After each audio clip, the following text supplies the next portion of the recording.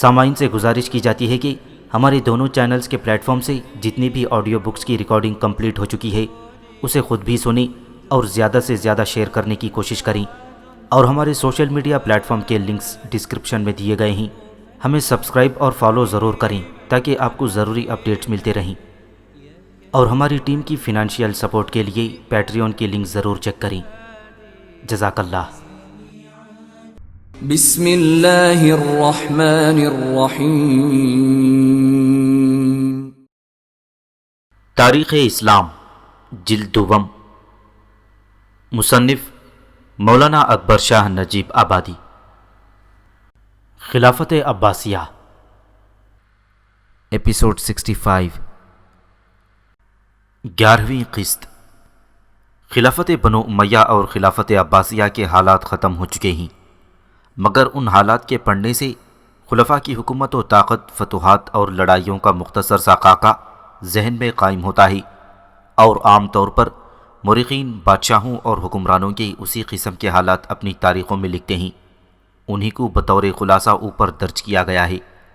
لیکن آج کل فن تاریخ نے جو ترقی کی ہے، اس کی وجہ سے کسی نئی مرتب کی ہوئی تاریخ میں یہ بھی تلاش کیا جاتا ہے کہ جس زمانے یا جس سلطنت کی تاریخ ہے، اس زمانے یا سلطنت میں اصول حکمرانی کیا تھی، لوگوں کی معاشرت کیسی تھی، اور علمی ترقیات کی کیا کیفیت تھی۔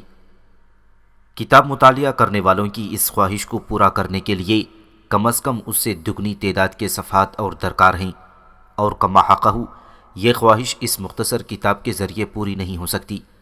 اس نقص کا اقرار کر لینے کے بعد ذیل میں چند اشارات بعض قابل قدر کتابوں کی مدد سے درج کرتا ہوں۔ سلطنت کے قابل تذکرہ اہلکار اور عہدیدار۔ خلافت بنو امیہ ایک فاتح اور ملک گیر سلطنت تھی۔ اس کے زمانے میں عرب قوم فاتح اور تمام اقوام مفتوح سمجھی جاتی تھیں۔ عربوں میں مذہبی جوش موجود تھا، اور قرآن کریم و سنت رسول اللہ صلی اللہ علیہ وسلم کے سوا کوئی قانون ان کے لیے واجب التعمیل اور نافذ الفرمان نہ تھا۔ مسلمان آپس میں بھی لڑتے تھے، مگر ان لڑائیوں اور چڑھائیوں کے باوجود عرب، شام، مصر اور عراق وغیرہ اسلامی ممالک میں باشندوں کی عام زندگی اور قیام امن کسی پیچیدہ نظام سلطنت کی خواہاں نہ تھی۔ خلیفہ اہم امور میں مشورے لیتا تھا، مگر مشورے لینے کے لیے مجبور بھی نہ تھا۔ خلیفہ کو بلا طلب بھی مشورے دیے جاتے تھے، اور بسا اوقات اس کو وہ منظور بھی کرنے پڑتے تھے۔ حکومت میں عام طور پر عربی سادگی موجود تھی۔ معمولی بدوی خلیفہ تک پہنچ سکتے تھے، اور ان بادیہ نشینوں کی طاقت لسانی کو خلیفہ کا رعب حکومت مطلق کم نہیں کر سکتا تھا۔ خلیفہ صوبوں اور ولایتوں کی حکومت پر اپنے نائب مقرر کر کے بھیجتا تھا، اور ان کو اس صوبے یا ولایت میں کامل شاہانہ اختیار حاصل ہوتے تھے۔ خلیفہ جس طرح تمام عالم اسلام کا فرمانرواں تھا، اسی طرح وہ تمام عالم اسلام کا سپہ سالار اعظم بھی ہوتا تھا۔ صوبوں اور ولایتوں کے عامل اپنے صوبے کے بادشاہ بھی ہوتے تھے، اور سپہ سالار بھی۔ وہی مذہبی پیشوا اور نمازوں کے امام ہوتے تھے، اور وہی قاضی القضات بھی۔ خلیفہ کو بھی جب کسی مذہبی مسئلے کی نسبت شک ہوتا تھا تو علماء اور فقہا سے دریافت کرنے میں مطلق آر نہ تھی۔ اسی طرح عاملوں اور والیوں کو بھی علماء اور فقہا سے استمزاج کرنا پڑتا تھا۔ بعض اوقات صوبوں میں ایک عامل یعنی گورنر مقرر ہوتا تھا، اور اسی کے ساتھ ہی دوسرا قاضی یا چیف جج دربار خلافت سے مقرر ہوتا۔ عامل کا کام ملک میں انتظام قائم کرنا، فوج کشی کرنا، دشمن کی مدافعت کے لیے آمادہ رہنا، رعایا کی حفاظت کرنا، اور محاصیل ملکی وصول کر کے خزانے میں جمع کرنا ہوتا تھا۔ اور قاضی کا کام حدود شرعیہ کو جاری کرنا، انفصال خصومات کی خدمات انجام دینا، اور احکام شرعی کی پابندی کرانا ہوتا تھا۔ اس حالت میں عامل صرف سپہ سالار افواج ہوتا تھا۔ غرض خلافت بنو امیہ میں سادگی زیادہ تھی۔ شرعی قوانین سے تمام دقتوں کو رفع کر دیا جاتا تھا، اور رعایا عدل و انصاف کی وجہ سے بہت خوشحال اور فارغ البال تھی۔ نہ رعایا سے کوئی نامناسب ٹیکس یا محصول لیا جاتا تھا، نہ سلطنت کو انتظام ملک کے لیے زیادہ روپیہ خرچ کرنا پڑتا تھا۔ خلیفہ تمام اسلامی دنیا کا روحانی پیشوا بھی سمجھا جاتا تھا، اور دنیاوی شہنشاہ بھی۔ اس لیے ملک میں امن و امان کے قائم رکھنے میں بڑی آسانی ہوتی تھی۔ کوئی باقاعدہ وزارت کا عہدہ نہ تھا اور ضرورت کے وقت ہر شخص وزارت کے کام انجام دے سکتا تھا۔ خلافت عباسیہ میں عربوں کے سوا ایرانیوں اور ترکوں کو بھی فاتح قوم کے حقوق ملنے لگے اور بتدریج مفتوح قوم کا اقتدار عرب فاتحین سے بڑھ گیا۔ اس لیے انتظام ملکی میں پیچیدگی واقع ہوئی۔ اگر عرب، ایرانی اور ترک سب کو احکام اسلامی کے موافق مساوی درجے میں رکھا جاتا اور حقیقی مساوات قائم ہوتی تو بنو امیہ کے زمانے سے بھی زیادہ سادگی اور خوبی انتظام سلطنت میں نمایاں ہوتی، مگر بدقسمتی سے ایسی صورتیں پیش آتی رہیں کہ ان قوموں میں مخالفت اور رقابت ترقی کرتی رہی، جس کا بڑا سبب یہ تھا کہ ایرانیوں کو عربوں پر فضیلت دی گئی اور ایرانی اور ساسانی معاشرت کو دربار خلافت نے اختیار کر کے عربی راحت رسان سادگی کو حقارت کے ساتھ رد کر دیا گیا، اور اسی کا یہ نتیجہ ہوا کہ خلافت اسلامیہ کو ایسی پیچیدگیوں میں مبتلا ہونا پڑا جس سے اس کا اعتبار و اقتدار بتدریج کم ہوتے ہوتے فنا ہو گیا۔ بہرحال خلافت عباسیہ کے قابل تذکرہ عہدوں کی فہرست پیش کرنا مقصود ہے۔ وزیر اعظم۔ ابتداً خلیفہ کا ایک ہی وزیر ہوتا تھا اور وہ ہر ایک اعتبار سے خلیفہ کا نائب یا قائم مقام اور تمام صیغوں کا افسر ہوتا تھا۔ بعد میں جب یہ معلوم ہوا کہ ایک شخص تمام محکموں کی پوری ذمہ داری نہیں لے سکتا تو وزیر اعظم کے ماتحت الگ الگ صیغوں کے وزیر بھی مقرر ہونے لگے۔ وزیر اعظم کو ابتدائی خلفاء کے عہد میں صرف وہی اختیارات حاصل ہوتے تھے جو خلیفہ تفویض کر دیتا تھا۔ بہت سے معاملات ایسے ہوتے تھے جن کو کرنے کا اختیار خلیفہ کے سوا کسی دوسرے کو نہ ہوتا تھا، وہاں وزیر اعظم خلیفہ کو مشورہ دے سکتا تھا۔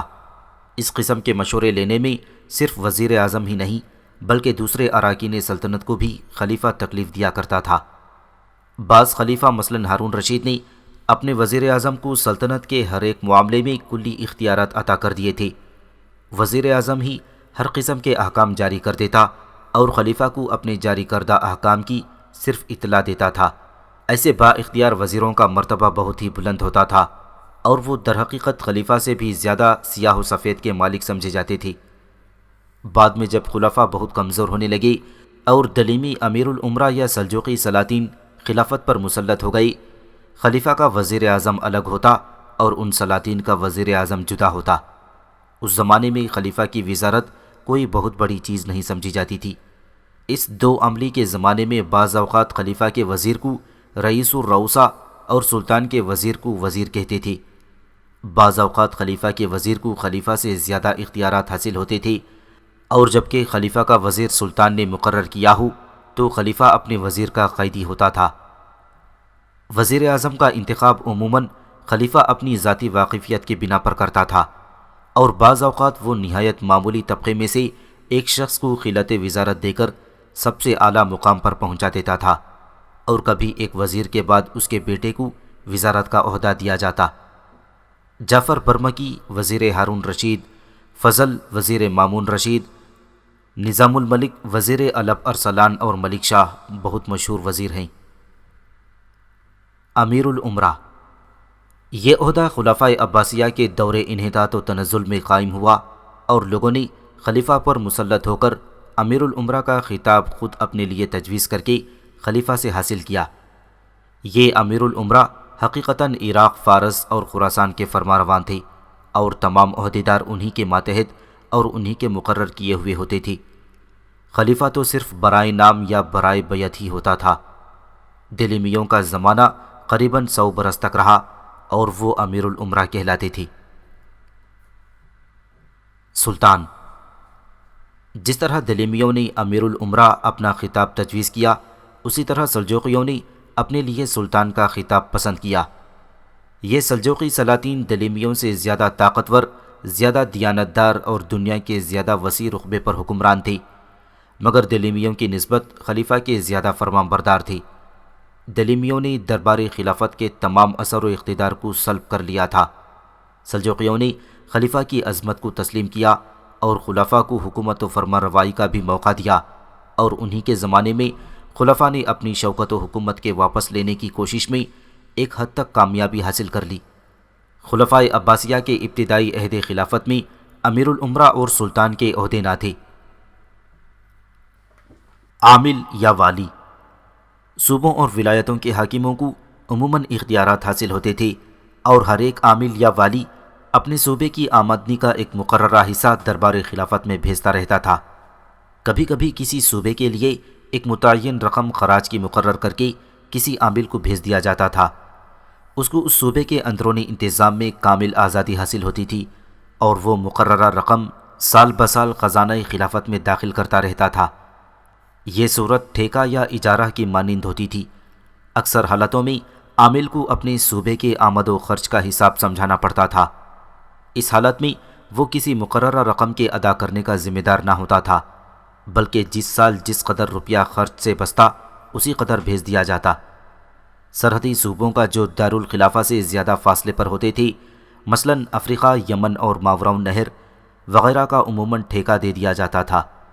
ان صوبوں سے بہت ہی کم خراج لیا جاتا تھا اور بعض اوقات تو صرف خلیفہ کے نام کا خطبہ پڑھا جانا ہی کافی سمجھا جاتا۔ ان سرحدی صوبوں کے عاملوں کا تبدیل یا معزول کرنا اس وقت تک ضروری نہیں سمجھا جاتا تھا جب تک کہ وہ بے وفائی، مخالفت اور بغاوت کا اعلان نہ کریں، لیکن باقی صوبوں کے عاملوں کو خلفاء جلد جلد تبدیل کرتے رہتے تھے۔ صاحب الشرط، شہروں میں امن و امان قائم رکھنے، بغاوتوں کا انسداد کرنے، چوروں اور ڈاکوؤں کو گرفتار کر کے سزا دینے کی ذمہ داری جس شخص سے متعلق ہوتی تھی اس کو صاحب الشرط کہتے تھے۔ ہم اس کو محکمہ پولیس کا افسر اعلیٰ کہتے ہیں۔ یہ صاحب الشرط بغداد میں قیام پذیر رہ کر عراق کے دوسرے شہروں میں اپنے نائب مقرر کرتا اور بعض اوقات افواج عراق کا سپہ سالار اعظم اور حضور صوبہ کا عامل یا گورنر ہوتا تھا۔ طاہر بن حسین صاحب الشرط ہی تھا۔ اس کے بعد اسے خراسان کی گورنری ملی تھی۔ غرض یہ کہ یہ بہت بڑا اور ذمہ داری کا عہدہ تھا اور اس پر کوئی معمولی شخص فائز نہیں ہو سکتا تھا۔ حاجب، حاجب خلیفہ کی ذات کا محافظ اور خلیفہ کی ذات کے محافظ دستے کا افسر ہونے کے علاوہ خلیفہ کی خدمت میں سب سے بڑھ کر رسوخ رکھنے والا شخص ہوتا۔ حاجب سفر و حضر میں ہمیشہ خلیفہ کے ساتھ رہتا اور ہر ایک تنہائی کے وقت خلیفہ کا مونس ہوتا تھا۔ قصر خلافت کے تمام خدام اور پہرا چوکی کے سپاہی اس کے محکوم ہوتے تھے۔ دربار میں وہ ہر نئے داخل ہونے والے شخص کا ادب آموز اور خلیفہ کے ہر ایک حکم کی تعمیل کے لیے ہمہ اوقات مستعد رہتا تھا۔ حاجب سے بسا اوقات وزیر اعظم کو بھی دبنا پڑتا تھا۔ حاجب خلیفہ کے رازوں سے واقف اور خلیفہ کا سب سے بڑا معتمد ہوتا تھا۔ ہارون رشید نے اپنے حاجب مسرور ہی کے ذریعے جعفر برمکی کو قتل کرایا تھا۔ قاضی القضات، قاضی القضاء کا مستقبل عہدہ ہارون رشید نے قائم کیا تھا جو آخری عہد عباسیہ تک قائم رہا۔ اس عہدے کو آج کل شیخ الاسلام کہتے ہیں۔ قاضی القضاء تمام صوبوں اور ملکوں میں اپنی اختیار سے اپنے نائب مقرر کرتا اور ہر صوبے کا قاضی اپنے اختیار سے ہر ایک شہر میں ایک قاضی مقرر کرتا تھا جس کا کام مذہبی احکام کی حفاظت و پابندی کرانا اور خصومات کا انفصال کرنا ہوتا۔ یہ بہت بڑا عہدہ تھا۔ دربار میں قاضی کا مقام سپہ سالار اعظم اور وزیر اعظم سے کم نہیں سمجھا جاتا تھا۔ ہر ایک تخت نشین ہونے والے خلیفہ کو باقاعدہ اسی وقت خلیفہ تسلیم کیا جاتا تھا جبکہ قاضی القضاء بھی اس کو خلیفہ تسلیم کرے۔ کسی خلیفہ کی معزولی کے لیے قاضی القضاء ہی سے فتویٰ لیا جاتا تھا۔ قاضی کو خلیفہ معزول کر سکتا تھا لیکن نئے خلیفہ کی تخت نشینی کے وقت قاضی کو منظوری لازمی تھی۔ اہم معاملات میں مثلاً کسی ملک پر فوج کشی کرنے یا کسی صوبے کا عامل مقرر کرنے میں قاضی سے بھی مشورہ لیا جاتا تھا۔ اگر خلیفہ خود سپہ سالار بن کر کسی ملک پر چڑھائی کرتا تھا تو قاضی القضاء اس کے ہمراہ ہوتا، ورنہ ہر فوج کے ساتھ قاضی اپنا ایک نائب مقرر کر کے بھیجتا۔ عہد ناموں، صلح ناموں، ملکوں کی سند حکومت، خلیفہ کے اہم فرامین اور وصیت نامہ وغیرہ پر قاضی کی مہر ضروری ہوتی تھی۔ رئیس العسکر، اگرچہ ایک خلیفہ ہر ایک عامل، ہر ایک وزیر اور ہر ایک بڑا آدمی سپہ سالار ہو سکتا تھا، لیکن خلیفہ کی باقاعدہ افواج کا ایک رئیس العساکر یا سپہ سالار اعظم بھی ہوتا تھا۔ یہ کوئی مستقل عہدہ نہیں سمجھا جاتا تھا بلکہ ہر ایک دستے فوج کا ایک سپہ سالار ہوتا تھا۔ جو شخص بڑی بڑی مہموں میں سپہ سالار بنایا جاتا تھا وہ عام طور پر رئیس العساکر یا رئیس العسکر کہلاتا تھا۔ محتسب کا کام یہ ہوتا تھا کہ وہ شہر میں گشت لگا کر لوگوں کو خلاف قانون اور خلاف شرع حرکات و افعال سے باز رکھ کر بدعمالیوں کی سزا دے۔ محتسب کبھی قاضی القضات اور کبھی صاحب الشرط کا ماتحت ہوتا تھا۔ آج کل کی اصطلاح میں اسے میونسپل انسپیکٹر بھی کہہ سکتے ہیں۔ وہ سوداگروں اور دکانداروں کے ناپ تول کے پیمانوں کا بھی معائنہ کرتا اور دھوکہ دینے والوں کو گرفتار کر کے سزا دے سکتا تھا۔ ہر ایک شہر اور ہر ایک قصبے میں ایک محتسب مع اپنے ماتحت عملے کے مقرر ہوتا تھا۔ ناظر یا مشرف، خلیفہ سلطنت کے تمام محکموں کی نگرانی کے لیے ایک صدر ناظر مقرر کرتا تھا جو ایک وزیر سمجھا جاتا تھا۔ اس کے ماتحت ہر ایک محکمے کا الگ الگ ناظر یا انسپیکٹر مقرر ہوتا۔ مشرف اعلیٰ محکموں کی رپورٹیں حاصل کرنے کے بعد اس کا ضروری خلاصہ خلیفہ کی خدمت میں پیش کیا کرتا تھا۔ صاحب البرید یا رئیس البرید، ہر ایک صوبے میں محکمہ ڈاک کی حفاظت و نگرانی اور اہتمام کے لیے خلیفہ کی طرف سے ایک صاحب البرید یعنی پوسٹ جنرل مقرر ہوتا تھا، جس کا کام شاہی ڈاک کی روانگی اور قاصدوں کے لیے راستے کی چوکیوں میں سواریوں کا بندوبست کرتا تھا۔ اسی کے زیر اہتمام ہر ایک منزل پر گھوڑوں، خچروں یا اونٹوں کی ایک مناسب تعداد ہمہ اوقات موجود و مستعد رہتی تھی۔ صاحب البرید کا بھی یہ فرض ہوتا تھا کہ وہ اپنی صوبے کے تمام اہم حالات اور ضروری واقعات کی خبریں بہم پہنچائے اور درباری خلافت کو اس کی اطلاع دی۔ صاحب البرید کے تمام ماتحت جاسوسوں کی ایک جمعیت رہتی تھی، جس کے ذریعے وہ اس صوبے کی رعایا، وہاں کے حکام اور صیغوں کے حالات خلیفہ کو اطلاع دیتے رہتی تھی۔ صاحب البرید ہر ایک شہر میں اپنا ایک نائب مقرر کرتا تھا۔ اسی محکمے کے ذریعے رعایا کے خطوط بھی ایک جگہ سے دوسری جگہ پہنچا دیے جاتے تھے۔ اسی صاحب البرید کے ماتحت نامہ بر کبوتروں کا بھی اہتمام رہتا تھا۔ صاحب البرید کے پاس ایک ایسا رجسٹر بھی رہتا تھا جس میں ہر ایک ڈاک خانہ اور چوکی کا فاصلہ، سمت اور وہاں کے عملے کی فہرست درج رہتی تھی۔ کاتب، خلیفہ ایک شخص کو اپنا کاتب یا میر منشی مقرر کرتا، یہ بھی وزراء میں شامل ہوتا۔ اس کا کام خلیفہ کو باہر کی آئی ہوئی تحریریں سنانا، فرامین لکھنا اور خلیفہ کے حکم کے موافق احکام جاری کرنا اور ضروری دستاویزوں کو حفاظت سے رکھنا، اور اس کے ماتحت مختلف صیغوں کے دفاتر ہوتے تھے، مثلاً شاہی فرامین کی نقل محفوظ رکھنے کا دفتر، محکمہ رجسٹری، دیوان الجیوش اور دیوان النفقات وغیرہ۔ امیر المنجنیق، یہ فوجی انجینئر کا کام دیتا تھا۔ سفر مینا کی پلٹن بھی اسی کے ماتحت ہوتی تھی۔ راستوں کا بنانا، میدان جنگ اور قیام کے لیے جگہ کا انتخاب کرنا، دشمن کے قلعوں کو مسمار کرنا، قلعے، دمدی اور مورچے بنانا اس کا کام ہوتا تھا۔ قلعوں کے محاصرے کرنے میں اس کے مشوروں اور تجویزوں کو ہمیشہ خصوصی اہمیت حاصل ہوتی تھی۔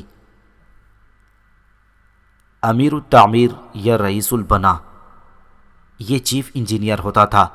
محلات شاہی کی تعمیر و مرمت، شہروں کی آبادی کا تعمیری کام، نہروں کا نکالنا، پلوں کا بنانا، بند باندھنا وغیرہ سب اسی کا کام تھا۔ امیر البحر، جنگی جہازوں اور بحری فوجوں کے افسر کو امیر البحر کہتے تھے۔ امیر البحر کے ماتحت بہت سے قائد ہوتے تھے۔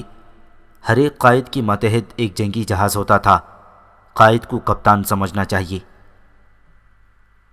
طبیب، ایک سے زیادہ تجربے کار ہوشیار طبیب دارالخلافہ میں موجود اور دربار میں حاضر رہتے تھے۔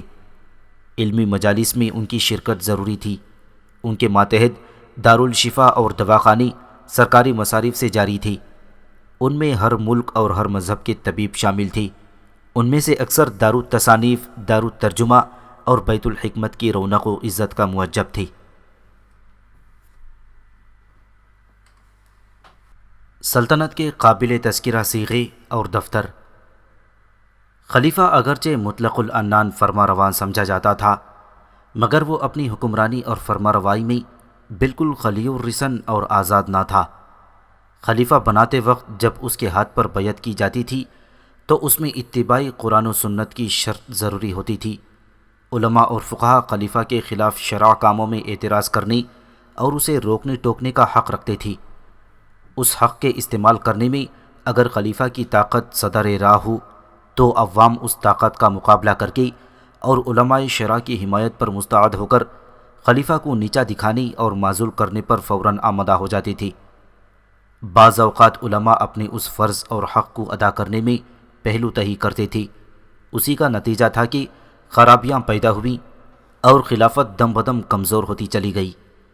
خلیفہ کی ذات میں جو عظمت و شوکت موجود ہوتی تھی، اس کے ذریعے خلیفہ کبھی کبھی بلا مشورہ بھی احکام جاری کر دیتا اور اپنے احکام کی تعمیل کرا سکتا تھا، لیکن عام طور پر رعایا کے سود و بہبود سے تعلق رکھنے والے کام سب مقررہ قوانین و آئین کے ماتحت انجام پذیر ہوتے تھے اور بحیثیت مجموعی سلطنت کی مشین نہایت باقاعدگی کے ساتھ چلتی تھی، اور یہی وجہ تھی کہ باوجود سلاطین کی آپس کی لڑائیوں اور عمرہ کی نااتفاقیوں کے عہد خلافت عباسیہ میں علوم و فنون میں ترقی کرنے اور مہذب اور شائستہ ہونے کا لوگوں کو خوب موقع ملتا رہا۔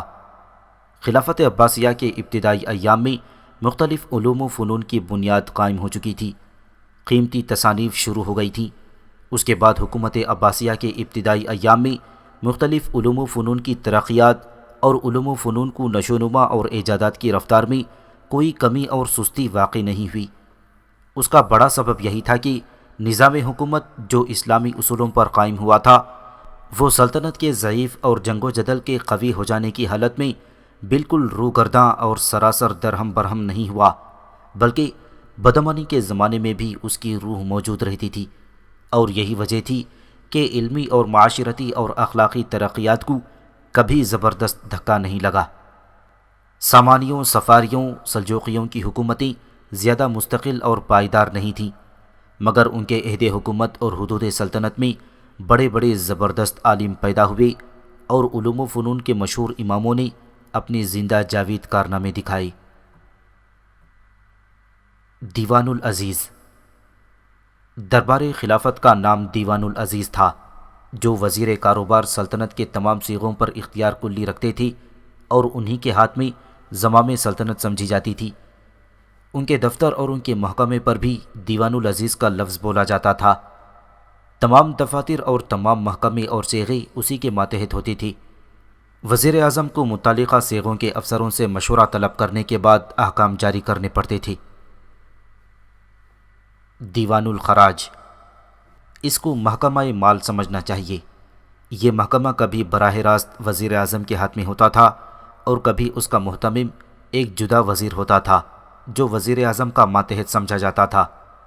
کبھی کبھی خلیفہ وزیر مال کا تعلق وزیر اعظم سے نہیں رکھتا تھا، بلکہ براہ راست خود اپنے کاتب کے ذریعے اس کی نگرانی کرتا۔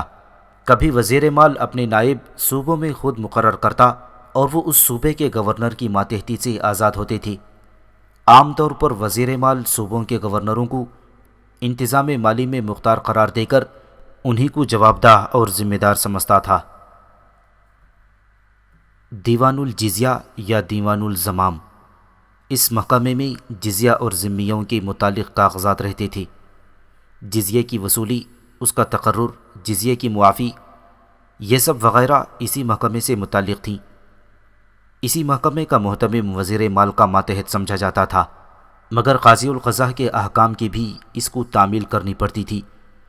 قاضی القضاء کے احکام عموماً جزیہ کے کم یا موقوف کر دینے کے متعلق ہوتی تھی کہ فلاں صوبے کے فلاں فلاں اشخاص سے جزیہ وصول نہ کیا جائے وغیرہ۔ دیوان العساکر۔ اس محکمے میں فوجی رجسٹر رہتے تھے۔ اس محکمے کا تعلق براہ راست وزیر اعظم یا خلیفہ سے ہوتا تھا۔ فوج کی تنخواہیں بھی اسی محکمے کے ذریعے تقسیم ہوتی تھیں۔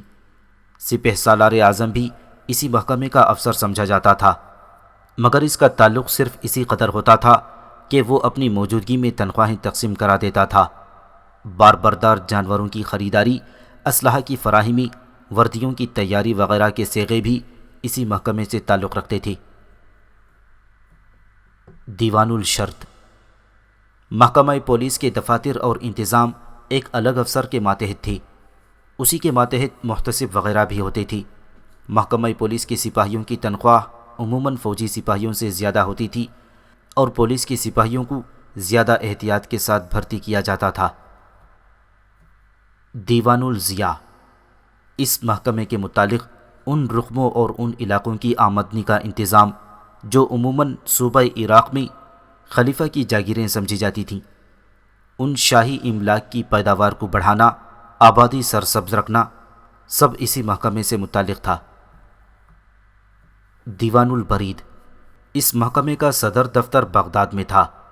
اس دفتر میں ملکوں کے نقشے، ڈاک خانوں کی فہرستیں اور ہر منزل اور ہر راستے کے متعلق ضروری باتیں، ملازمین کے لیے ہدایات، ملازمین اور اہلکاروں کی خدمت کی رپورٹیں اور راستوں کی امن و امان کے لیے یادداشتیں اور غرض سب کچھ ہوتا تھا۔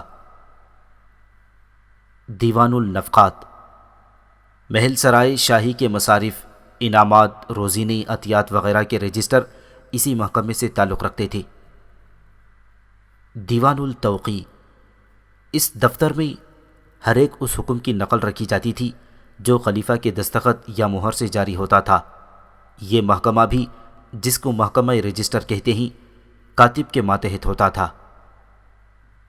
دیوان النظر فی المظالم، یہ محکمہ مشرف علی کے ماتحت ہوتا تھا۔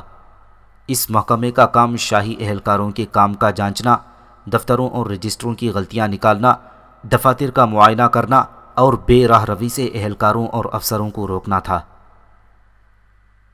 دیوان الانہار، اس محکمے کا کام نہروں کی مرمت و نگرانی کرانا، آب پاشی کے وسائل بڑھانا، نئی نہریں نکالنے میں کاشتکاروں کے سوا عمرہ اور اہل خیر کو آزادی حاصل تھی۔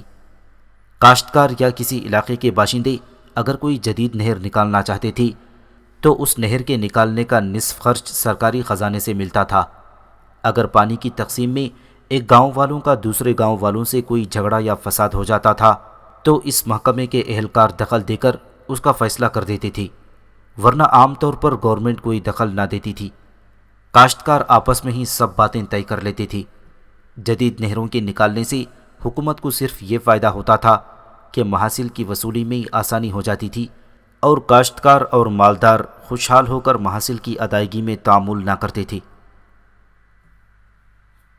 دیوان الرسائل، اس محکمے کے اہلکاروں کا کام عہد ناموں کے مسودے تیار کرنا، شاہی فرامین کے مضامین لکھ کر مہر ثبت کرانا اور لفافوں میں بند کر کے مہر لگانا، اہم فیصلوں کی نقلیں کرنا اور کسی منشور کی نقلیں کر کے صوبوں اور شہروں میں بھجوانا، عام لوگوں کی درخواستیں لے کر جس محکمے سے اس کا تعلق ہو اس محکمے میں بھجوا دینا اور دفاتر کے لیے مناسب فارم تجویز کرنا تھا۔ دارالعدل، اس میں ہر ایک عدالت کے فیصلے کی اپیل ہو سکتی تھی۔ دارالعدل میں قاضی بغداد یعنی قاضی القضات، وزراء، شہر کے فقہا اور علماء سب جمع ہو کر اہم مقدمات کی سماعت کرتے تھے۔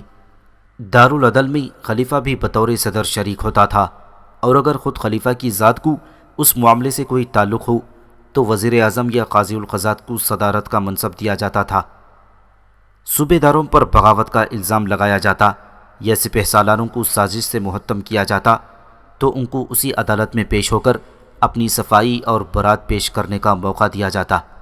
اس عدالت میں وہی شخص بطور گواہ پیش ہو سکتا تھا جو اپنے نیک چلن ہونے کی تحریری سند جس پر قاضی اور محتسب کے دستخط ہوں پیش کر سکتا تھا۔ بڑے بڑے عالی رتبے کے اشخاص اس عدالت میں گواہی دیتے ہوئے ڈراتے تھے کہ کہیں ہماری نیک چلنی پر کوئی اعتراض ہو کر ہماری شہادت مسترد نہ ہو جائے۔ دارالقضاء، ہر ایک شخص کا قاضی اسی شہر کا جج، مجسٹریٹ اور منصف ہوتا تھا۔ اگر اس شہر کے عامل یا گورنر پر بھی کوئی شخص دعویٰ دائر کر دیتا تھا تو اس گورنر کو معمولی مدعی عالیہ کی حیثیت سے قاضی کی عدالت میں حاضر ہونا اور ثبوت پیش کرنا پڑتا تھا۔ غیر مسلموں کے لیے انہی کی قوم و مذہب کے منصف مقرر تھے جن کی کچہری میں ان کے مقدمات کے فیصلے ہوتے تھے۔ ان غیر مسلم منصفوں کی عدالت میں غیر مسلموں کے تمام دیوانی اور آپس کے فوجداری مقدمات طے ہو جاتے تھے، لیکن اگر ایک فریق غیر مسلم ہو تو اس حالت میں فریقین رضامندی سے جس عدالت میں جانا چاہیں اپنا مقدمہ لے جائیں، لیکن ایسے مقدمات کا مرافعہ قاضی کے یہاں ہو سکتا تھا۔ عام طور پر غیر مسلم اپنے مقدمات بھی قاضی ہی کی عدالت میں فیصلہ کرانا چاہتے تھے اور ان کو کسی قسم کی شکایت نہ ہوتی تھی۔ سلطنت کے عام حالات، حکومت کی طرف سے رعایا کی طرز زندگی اور آپس کے تعلقات میں قطعاً کوئی دخل نہیں دیا جاتا تھا۔ شہروں اور قصبوں کے اندرونی انتظامات بھی سب باشندگان شہر کے اختیار میں تھی اور خود ہی آپس میں آزادانہ اپنی حفاظت کی تدبیریں کرتے، اور اگر ایک عامل سے ناراض ہو جاتے تو ان کے ہاں سے تبدیل کرنے کی درخواست خلیفہ کی خدمت میں بھجواتے، اور خلیفہ عموماً ان کی درخواست منظور کر لیتا، اور کسی شہر کا عامل شہر والوں کی رضامندی کے بغیر مقرر نہ کیا جاتا۔ ہر ایک شہر کے باشندے بجائے خود ایک فوجی طاقت رکھتے تھے۔ بسا اوقات ایسا ہوا ہے کہ کسی شہر کے عامل کا کسی فوج نے محاصرہ کر لیا ہے، وہ اپنی سرکاری فوج سے دشمن کا مقابلہ کرنا چاہتا ہے، لیکن شہر والوں نے محاصرہ دشمن سے مصالحت کر لی ہے تو اس عامل کو مجبوراً شہر چھوڑ کر چلا جانا پڑا، اور پھر شہریوں کے حقوق کو پامال کرنے کی حکام کو عموماً جرأت نہ ہوتی تھی۔ معمولی سے معمولی آدمی بھی بڑے سے بڑے حاکم بلکہ خلیفہ تک پہنچ سکتا تھا، اور جو کچھ اس کے جی میں آئے کہہ گزرتا۔ خلفاء عموماً اپنے آپ کو ہر دل عزیز اور نافع الناس ثابت کرنے کی کوشش کرتے تھے۔ علوم و فنون کی قدردانی عام طور پر خلفاء عباسیہ نے بہت کی ہے۔ سفر کی سہولتیں۔ خلفاء عباسیہ نے عراق، حجاز، فارس، خراسان، موصل، شام وغیرہ میں راستوں کی حفاظت و نگرانی اور مسافروں کے امن و امان سے گزر جانے کے لیے معقول انتظامات کیے تھے۔ فوجی دستے متعین تھے، جا بجا تھوڑے تھوڑے فاصلوں پر چوکیاں قائم تھیں، ہر ایک منزل پر شاہی گھوڑے، اونٹ اور دوسری سواریاں موجود رہتی تھیں۔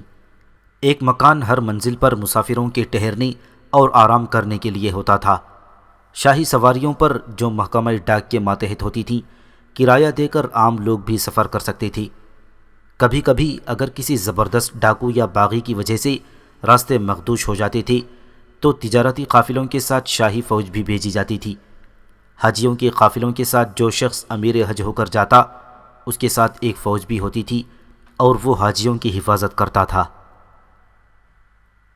تجارت کے لیے سہولتیں۔ ہر ایک شہر میں سوداگروں کی ایک انجمن ہوتی تھی، جس میں کسی سرکاری آدمی کا شامل ہونا ضروری نہ تھا۔ سوداگر لوگ خود اشیاء کے نرخ قائم کرتے تھے۔ تجارتی مال پر چونگی بہت ہی کم لی جاتی تھی، اور اس معاملے میں تاجروں کو کبھی کوئی شکایت پیدا نہ ہوتی تھی۔ تاجروں کی عزت شاہی اہلکاروں سے زیادہ ہوتی تھی۔ تاجروں کو عموماً شاہی درباروں میں باریاب ہونے کا موقع دیا جاتا تھا۔ جو سوداگر باہر سے مال لا کر فروخت کرتے تھے، ان کو شہر کا حاکم خوش کر کے واپس کرنے کی کوشش کرتا تھا۔ گویا ہر ایک تاجر جو باہر سے مال لے کر آیا، اس نے اس شہر کے حاکم پر ایک احسان کیا ہے۔ اگر تاجر کا مال فروخت نہیں ہوا تو حاکم شہر یا سلطان یا خلیفہ بلا ضرورت بھی اس کے مال کو خرید لیتا، اور سوداگر کو افسردہ خاطر واپس نہیں کرنا چاہتا تھا۔ جس عامل یا جس حاکم کی حدود حکومت میں تاجروں کا کوئی قافلہ لٹ جائے تو وہ انتہا درجے کا غافل اور نالائق سمجھا جاتا تھا۔ تاجروں کو امرائے شہر اپنے یہاں مدعو کرتے اور عالی جاہ مہمان کی حیثیت سے ان کی مدارات بجا لاتے تھے۔ اگر کوئی سوداگر کسی دوسرے ملک سے آیا ہے تو اس کے حالات سفر سننے کے لیے خلفاء خود اس کی ضیافت کرتے اور انعام و اکرام سے مالا مال کر کے واپس کرتے تھے۔ چنانچہ اس طرز عمل نے تجارت کو خوب فروغ دے دیا تھا۔ یہی وجہ تھی کہ خلفاء عباسیہ کے زمانے میں ہر قسم کی صنعت کاری میں خوب ترقی ہوئی، اور ہر ایک شہر کسی نہ کسی صنعت کے لیے مشہور ہو گیا۔ اسی طرح ایک جگہ کی پیداوار دوسری جگہ جانے لگی۔ اہل عرب تو قدیم ہی سے تجارت پیشہ تھے، لیکن خلافت عباسیہ کے عہد حکومت میں ایرانیوں کو بھی تجارت کا شوق ہو گیا، اور اس شوق نے یہاں تک ترقی کی کہ مسلمان سوداگر شمال میں بحر شمال کے ساحل تک اور جنوب میں افریقہ کے جنوب تک پہنچنے لگے، جس کے ثبوت میں خلفاء عباسیہ کے عہد کی بغدادی مصنوعات سویڈن اور میڈاغاسکر میں علماء طبقات الارض نے تلاش کی ہیں۔ بعض خلفاء مثلاً واسق باللہ نے باہر سے آنے والے سوداگروں اور تمام اشیاء درآمد پر محصول معاف کر دیا تھا۔ سرکاری محاصل۔ زراعت اور غلے کی پیداوار بجائے نقد روپیہ وصول کرنے کے عموماً بٹائی یعنی مقاسمہ کا قاعدہ جاری تھا۔ پیداوار کا 2/5 حصہ سرکاری خزانے کے لیے لیا جاتا تھا اور 3/5 کاشتکار کو چھوڑ دیا جاتا۔ جہاں کاشتکار کو آب پاشی کے لیے محنت کرنی پڑتی تھی وہاں کاشتکار کو 3/4 چھوڑ دیا جاتا تھا اور لگان سرکاری صرف چوتھائی حصہ لیا جاتا تھا۔ بعض زمینوں کی پیداوار پر 1/5 حصہ لیا جاتا تھا اور 4/5 کاشتکار کے قبضے میں رہتا۔ انگوروں اور کھجوروں وغیرہ کے باغات پر اسی مقاسمے کے اصول کو مد نظر رکھ کر نقد لگان لگا دیا جاتا تھا اور نقدی کی شکل میں وصول ہوتا تھا۔ بعض صوبے مثلاً بحرین، عراق، جزیرہ وغیرہ میں بکثرت ایسے کاشتکار تھے کہ ان کی زمینوں پر خلافت راشدہ کے زمانے میں بوقت فتح معاہدے کے ذریعے پیداوار پر محصول مقرر کر دیا گیا تھا۔ وہ گویا استعماری بندوبست تھا، ان کاشتکاروں پر کوئی اضافہ نہیں ہو سکتا تھا۔ محصول تشخیص کرنے کے وقت اکثر زمینیں بلا محصول چھوڑ دی جاتی تھیں اور کاشتکاروں کو ذرا ذرا سے بہانوں پر محصول معاف کر دیا جاتا تھا۔ حکومت کی نظر اس بات پر زیادہ رہتی تھی کہ کاشتکار خوشحال اور فارغ البال رہیں تاکہ علاقے کی آبادی اور سرسبزی میں فرق نہ آنے پائے۔ ملک کا بہت بڑا رقبہ ایسا تھا کہ اس پر پیداوار کا صرف 10واں حصہ مقرر تھا۔ ذمہ جن میں فوجی خدمت نہیں لی جاتی تھی اور ان کے جان و مال کی حفاظت سلطنت کے ذمے تھی، فوجی مصارف کے لیے نہایت معمولی ٹیکس ادا کرتے تھے۔ جو اپنی خوشی سے فوجوں میں بھرتی ہو جاتی ان پر ٹیکس یعنی جزیہ نہیں لگایا جاتا تھا۔ مسلمانوں کے لیے فوجی خدمت لازمی تھی۔ ذمیوں میں سے بھی بوڑھوں، بچوں اور ناداروں کو معاف کر دیا جاتا تھا۔ مسلمانوں سے ایک اور ٹیکس صدقات کے نام سے وصول کیا جاتا تھا۔ مالدار مسلمانوں سے زکوٰۃ کے نام سے ایک ٹیکس وصول ہوتا تھا، اس کو انکم ٹیکس سمجھنا چاہیے۔ سرکاری مصارف۔ سرحد روم پر جو فوجیں مستقل طور پر سرحدی چھاؤنیوں میں رہتی تھیں ان کو دوسری فوجوں کے مقابلے میں زیادہ تنخواہ ملتی تھی۔ ان فوجوں میں عموماً ہر ایک سپاہی کو 15 روپے سے 30 روپیوں تک تنخواہ دی جاتی تھی۔ ایک فوج دارالخلافہ میں ہمیشہ موجود رہتی تھی۔ فوج کا ایک حصہ راستوں کی حفاظت پر مقرر اور ہزارہا مرحلوں کی چوکیوں پر منقسم رہتا۔ بڑے بڑے شہروں اور مرکزی مقاموں میں بھی فوج کی ایک تعداد موجود رہتی تھی۔ شہروں کی حفاظت کے لیے جو پولیس محتسب کے ماتحت اور صاحب الشرط کی نگرانی میں رہتی تھی اسے سرکاری خزانے سے تنخواہ ملتی تھی۔ خزانے کی ایک بہت بڑی مقدار فوج کے لیے صرف ہو جاتی تھی۔ محکمہ ڈاک کے سپاہی، سرکاری جانور اور اہلکاران ڈاک کا خرچ بھی اسی میں شامل سمجھنا چاہیے۔ رضاکار جو عموماً سرحد روم کی لڑائیوں میں شامل ہونے کے لیے بھرتی ہوا کرتے تھے ان کو کھانا، سواری اور تمام ضروری چیزیں سلطنت کی طرف سے دی جاتی تھیں۔ ان کی غیر موجودگی میں ان کے اہل و عیال کو نقد وظیفہ کھانے پینے کی اجناس سرکاری طور پر مہیا کی جاتی تھیں۔ جنگ کی حالت میں فوج کے خورد و نوش کا تمام اہتمام اور بوجھ سرکاری خزانے پر پڑتا تھا۔ رومیوں کے ساتھ لڑائیوں کا سلسلہ برابر جاری رہا، اس لیے خلفاء کو سرحد روم پر بہت سے شہر آباد کرنے اور قلعے بنانے پڑے تھے۔ صوبوں کی فوجوں کی تمام مصارف صوبوں کے خزانے پر پڑتی تھی، مگر سرحد روم، بغداد، عراق، محکمہ ڈاک، راستوں کی حفاظت کرنے والی اور خلیفہ کی ذاتی فوج اور رضاکاروں کی افواج کے تمام مصارف خلیفہ کی مرکزی خزانے سے پورے کیے جاتے تھے۔ ہر ایک تخت نشین ہونے والا خلیفہ فوج کو انعام دیتا تھا۔ بڑے بڑے اہلکاروں کو جاگیریں بھی دی جاتی تھیں اور ان کی تنخواہیں بھی مقرر ہوتی تھیں۔ شہروں اور قلعوں کی تعمیر کے علاوہ مدرسے، سرائیں، پل، نہریں، کنویں، مسجدیں وغیرہ بھی ہمیشہ تعمیر ہوتے رہتے تھے۔ زاؤں، موجدوں اور کاریگروں کو بڑے بڑے انعامات اور وظیفے بھی دیے جاتے تھے جن سے ان کی خوب ہمت افزائی اور دوسروں کو ترغیب ہوتی تھی۔ حکیموں، طبیبوں، شاعروں، عالموں، فقیہوں کو بے دریغ انعام و اکرام سے مالا مال کیا جاتا۔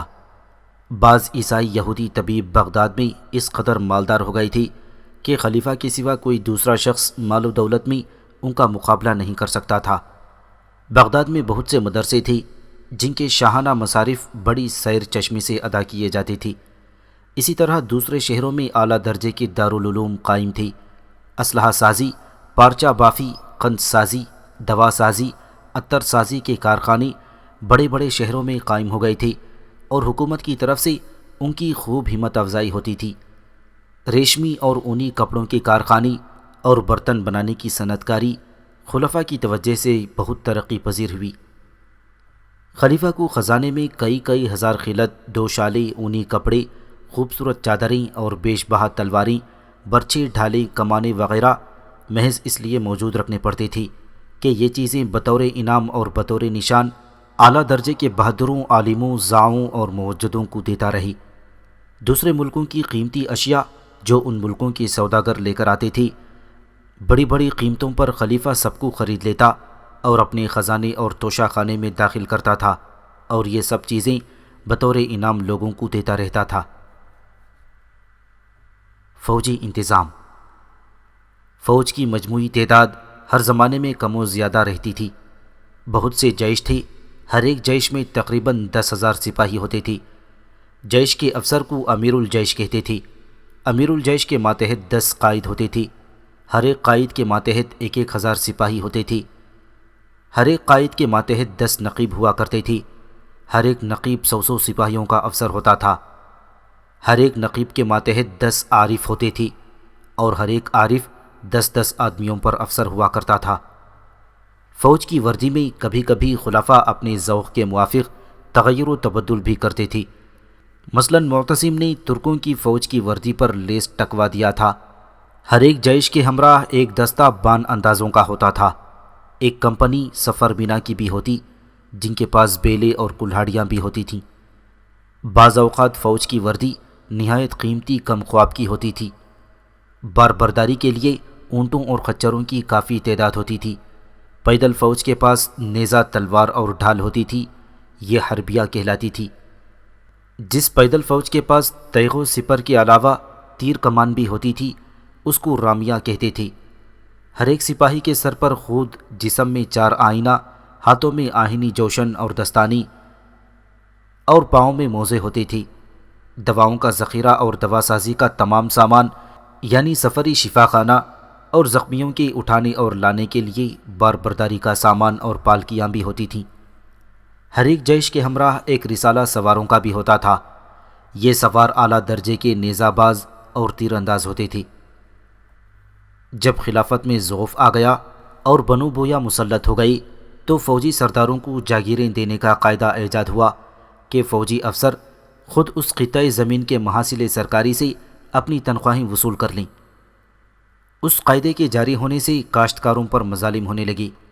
جب ترک یعنی سلجوق خلافت پر مسلط ہوئے، تو انہوں نے تمام سلطنت اسلامیہ میں اپنے یہاں کے دستور کے موافق یہ قاعدہ جاری کیا کہ ہر ایک عامل اور ہر ایک والی کو ایک سپہ سالار قرار دے کر اس حصہ ملک کی آمدنی کے اعتبار سے ایک مقررہ تعداد کی فوج ہمہ وقت تیار رکھنے کا ذمہ دار قرار دیا جاتا، یعنی فوجی سرداروں کو قطاعت ملک دے کر ان کی تمام و کمال حکومت ہر قسم کا انتظام سپرد کر دیا، جن کا فرض تھا کہ ضرورت کے وقت عند الطلب مقررہ تعداد کی فوج لے کر حاضر ہوں۔ اس طرح تمام ملک کی حکومت فوجی سرداروں کے قبضے میں آ گئی، اور قدیم عمال اور جاگیردار سب معطل ہو گئی۔ شاہی مرکزی خزانے سے فوج کا تعلق نہ رہا، بلکہ فوجی سرداروں کو اپنی اپنی جاگیروں سے خود اپنی تنخواہیں وصول کر لینے اور اپنی تنخواہ کو کم و زیادہ کرنے کا اختیار حاصل ہو گیا۔ خلیفہ کو مجبوراً اپنی فوجی نظام کم کرنی پڑی، جس سے خود بخود خلیفہ کی طاقت سلب ہو گئی۔ سلجوقیوں کے کمزور ہونے پر خلیفہ بغداد نے صوبہ عراق پر پھر براہ راست اپنا قبضہ جما لیا اور اپنی آمدنی کو بڑھا کر وہی پرانا قاعدہ مقرر کر دیا کہ فوج کو انتظامی افسروں کے کام سے کوئی تعلق نہ ہو۔ علمی ترقیات۔ بغداد میں ہارون رشید کے زمانے سے بیت الحکمہ جاری تھا۔ عہد مامونی میں یونانی اور سریانی اور عبرانی، سنسکرت، فارسی وغیرہ زبانوں کی کتابیں ترجمہ کرنے کے لیے ایک بہت بڑا محکمہ جاری ہوا۔ خلیفہ علم مباحثے کی مجلس ترتیب دیتا اور بحث و مناظرے میں خود حصہ لیتا۔ امیروں، وزیروں اور بڑے بڑے آدمیوں کے یہاں علماء کے جلسے ہوتے۔ علمی مسائل پر خوب زور و شور سے بحثیں ہوتیں اور سننے والے اپنے دماغ کو روشن کرتے۔ کتابوں کی تصنیف و تالیف و ترجمے میں جس طرح علماء کی ایک بہت بڑی تعداد مصروف رہتی، اسی مناسبت سے کتابوں کی نقلیں تیار کرتے۔ کتب فروشوں کی بڑی قدر و منزلت تھی، اور کتابوں کی نقلیں تیار کرانے میں مصروف رہ کر محرروں کی ایک بڑی تعداد کو مصروف کار رکھتے تھے۔ علمی تحقیقات اور حصول علم کے لیے لوگ دور دراز ملکوں کے سفر اختیار کرتے اور واپس آ کر اپنے ہم وطنوں اور شاہی درباروں کے لیے ایک قیمتی وجود ثابت ہوتی تھی۔ عہد خلافت عباسیہ میں علم نحو ایجاد ہوا اور اس پر بڑی کتابیں لکھی گئیں۔ لوگوں نے سفر نامے لکھے، علم احادیث مدون ہوا، اصول حدیث پر کتابیں لکھی گئیں۔ لوگوں نے سفر نامے لکھے، علم کلام، علم فقہ، علم عروض وغیرہ پر ہزارہ کتابیں تصنیف ہوئیں، اور نہ صرف بغداد بلکہ ہر شہر و ملک میں مصنفین مصروف تصنیف تھے۔ طب میں تشریح الابدان پر بڑی بڑی قیمتی کتابیں تیار ہو کر شائع ہوئیں۔ دواخانے بھی اسی زمانے میں ایجاد ہیں۔ علم تاریخ کی تدوین و ترتیب و تہذیب کا فخر بھی اسی زمانے کو حاصل ہے۔ علم حیت میں عباسیوں نے بڑی بڑی مفید ایجادات کی۔ مامون رشید نے 2 مرتبہ ایک درجے کا فاصلہ سطح زمین پر ناپ کر اس بات کو ثابت کیا کہ زمین کا محیط 24,000 میل ہے۔ رصدگاہیں تعمیر کرائیں، فن تعمیر پر کتابیں لکھوائیں۔ دوربین اور گھڑی بھی عہد عباسیہ کی ایجاد ہیں۔ تصوف و اخلاق، علم الحیات پر بڑی بڑی معرکہ الاعریٰ تصانیف اسی عہد میں ہوئیں۔